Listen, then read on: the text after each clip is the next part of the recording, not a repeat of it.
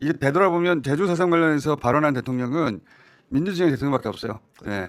찾아보면 다 김대중, 노무현, 문재인, 이재명 각각 얘기하지. 그리고 다 사과하고 뭐 특별법 만들고 이런 조치는 다 이진영의 대통령밖에 안 하고 저쪽에서는 침묵한단 말이죠. 아예. 이게 왜 그런 걸까요? 제주 4.3이라고 그래요. 또는 제주 4.3 사건이라고 그러고요. 아직 이름이 없어요. 아직 우리 사회가 이름을 못 붙이고 있어. 이게 지금 4.3 사건 그러면 광주 사태처럼 그러네. 아무런 의미도 없는 거에 돼버려. 우리가 이 문제에 관해서 사회적 합의가 안 이루어졌기 때문에 저는 이 사건은 제주 양면 학살 사건이라고 보는 것이 맞다고 생각을 하는데, 그러니까 이게 합의가 안 되니까 4.3 사건이라는 이름을 못 붙인 상태로 아직까지 남아 있는 거예요. 사건 발생 10년이 지나는 80년이죠.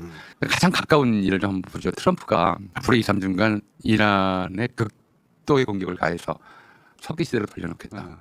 이미 이란에서 이란 정부의 발표만으로도 7,000명 가까운 사람이 목숨을 잃었어요. 그중에 초등학생들도 있고요. 석기 시대로 돌려놓겠다 그러면 앞으로 거기 사는 9천만 명이 어떤 삶을 살아야 될지 생각만 해도 온몸에 소름이 끼치거든요. 이게 보통 사람이에요. 사람이라면 거기에 끔찍함을 느껴야 되는데 이 트럼프는 이걸 농담하듯이 하고 있어요. 사람 죽음에 대해서 어떤 안타까움도 어떤 연민도 안 느껴져요. 이스라엘에서는 최근에 그 팔레스타인 포로들을 바로 즉결 교수형시키는 법안을 만들었어요. 그 법안을 발의한 국회의원이 이제 목 거는 로프 모양의 이저 배지를 매달고 국회에 들어가고 그 법안이 통과되니까 건배하면서 즐거워했대요. 사람 죽이는 법을 만들어 놓고 이른바 우리 사회 파시스트들의 공통점이 히틀러가 그랬던 것처럼 공통점이에요. 인간에 대한 존중과 인간에 대한 예의가 없어요. 이건 우리나라에서는 어떤 형사로 나타나냐면 세월호 참사, 이태원 참사 이렇게 수많은 사람이 어이없이 목숨을 잃은 일에 대해서 보통 사람이라면 같이 안타까워하고 같이 고통을 느끼고 어떻게든 그 유가족을 도와주려고 위로해 주려고 애를 쓰는 게 보통 사람인데 거기다 대고 시체팔이라는 말을 쓰고 오히려 그 앞에 가서 저 뭐 피자나 이렇게 냄새나는 거 시켜 먹고 조롱하고 아니면 이태원 뭐 참사 현장에 가서도 막 그 유가족들을 상대로 놀러가다 죽었다고 막 욕을 하고 이런 인간들이 있어요. 이건 이제 인간에 대한 이게 물질주의 기본 특성이거든요. 인도주의를 외면하고 인간에 대한 예의를 다 내쳐버리고 물질적 욕망만 남아 있는 괴물 같은 인간이 돼버린 거니까 트럼프가 이란을 2, 3주간 더 폭격해서 얻을 게 뭐겠어요. 자기 돈이란 말이에요. 미국의 국익에 도움이 되는 것도 아니고 세계 평화에 도움이 되는 것도 아니에요. 그런 짓을 계속하면서 지금까지 그래왔던 것처럼 뭐 올렸다 내렸다 하면서 돈을 벌려고 하는 거 아닌가 싶은 의심이 들 만큼 물질주의적이기 때문에 이게 우리나라 이른바 다친 우파 정부, 보수 정부가 계속 그렇게 그런 태도들을 견제해왔어. 늘 이제 생명보다 물질이 우선이고 사람보다 돈이 우선이다라고 하는 가치를 가져왔기 때문에 이 4.3 문제도 자기들의 어떻게 보면 이제 그 이승만 정권의 원죄라고 할 수도 있는 것인데 이게 제주도 인구의 10분의 1 정도 이 제주 4.3을 정치권에서 좀 풀어야 될 문제로 끌어올린 분이 제주도 출신 국회의원이었던 강창일 문재인 정부 때 주일대사를 했던 분인데 일본 유학을 했었어요. 그래서 주일대사를 했는데 일본 도쿄에서 길을 걷다가 밤에 일본 야쿠자하고 어깨를 부딪혔대요. 그리고 그 야쿠자가 눈을 부라리면서 금방 이제라도 뭐 이렇게 때릴 것 같이 굉장히 일촉즉발의 상황이었는데 옆에 있던 일행이 기지를 발휘해서 이렇게 얘기를 했대요. 고노히도와 사이시도 야쿠자. 이게 무슨 뜻이냐면 이 사람 제주도 야쿠자입니다. 그랬더니 그 야쿠자가 금방 꼬리를 내리고 아, 소데스까. 그리고는 이제 인사를 하고 그냥 가버리더래요. 이게 왜 그랬냐면 제주 4.3 때 이제 그 이른바 군경의 학살을 피해서 상당히 많은 제주도 청년들이 일본으로 밀항을 해요. 거기서는 이제 그야말로 죽음 끝에서 돌아왔으니까 어떤 일이라도 할 수밖에 없는 처지가 돼버리고 그래서 이른바 이제 제주도 야쿠자는 일본의 어떤 야쿠자보다도 무섭다라고 하는 소문이 80년대까지 남아 있었던 거예요. 김대중 정부가 내세웠던 것은 인권 정부였고요.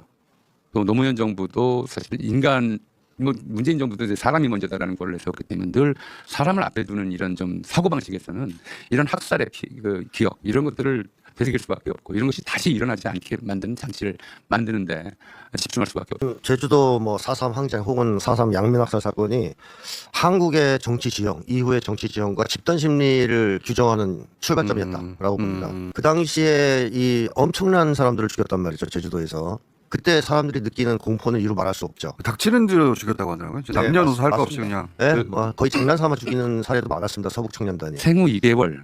아이고. 임산부도 죽였다고 합니다. 그렇습니다. 예, 가족끼리 서로 마주보기 위해서 고문을 하기도 하고. 그래서 그런 것들을 제주도 사람들이 겪고 느끼는 공포는 어마어마할 수밖에 없죠. 그렇죠. 더군다나 섬이잖아요. 도망갈 그렇습니다. 예. 이게 한국 사회에서 소위 공포형 보수 세대를 만들었거든요. 제가 볼 때는 공포형 보수 집단.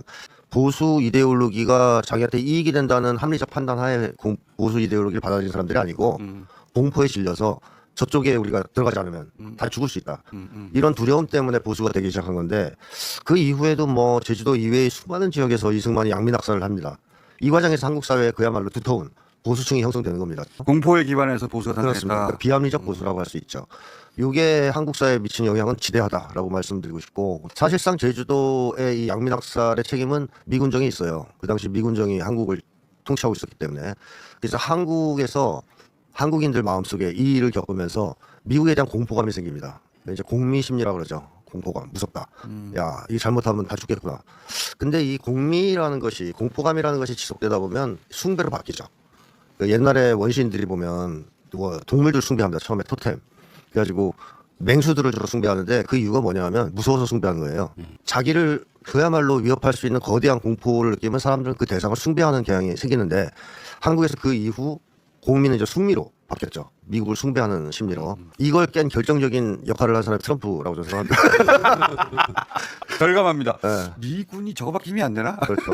그러니까 미국을 숭배할 만한 가치가 없는 나라라는 인식을 확고하게 심어준 게 트럼프. 미국의 전략 자산 뜨면 전쟁하기 전에 네. 끝난다고 그랬거든요. 그렇죠. 항공모함 한 대만 가고. 그러니까요. 항공모함 2대 갔는데 안 되고 네, 전략 자산 막 떨어지고 막 그렇죠. 압도적 군사력이라고 그렇죠. 했고 네, 네. 그렇게 다들 믿었고 미국도 스스로 믿었던 것 같아요. 맞습니다. 처음에. 그렇게 압도적 군사력은 맞는데 이란 하나도 한 달 동안 제압이 안 되면 중국하고 러시아하고는 되나? 안 돼요. 안 되겠어요 네, 보니까. 그렇죠. 트럼프의 이런 등장으로 승리가 깨지고 공미도 조금씩 무너져 나가는 중이다. 한국에서. 그래서 이게 무너지는 것이 결국 제주도 4.3 항쟁을 복원하는 길 아니냐 하는 생각이 들고, 내란 세력이 제주도를 왜 건드리지 않느냐.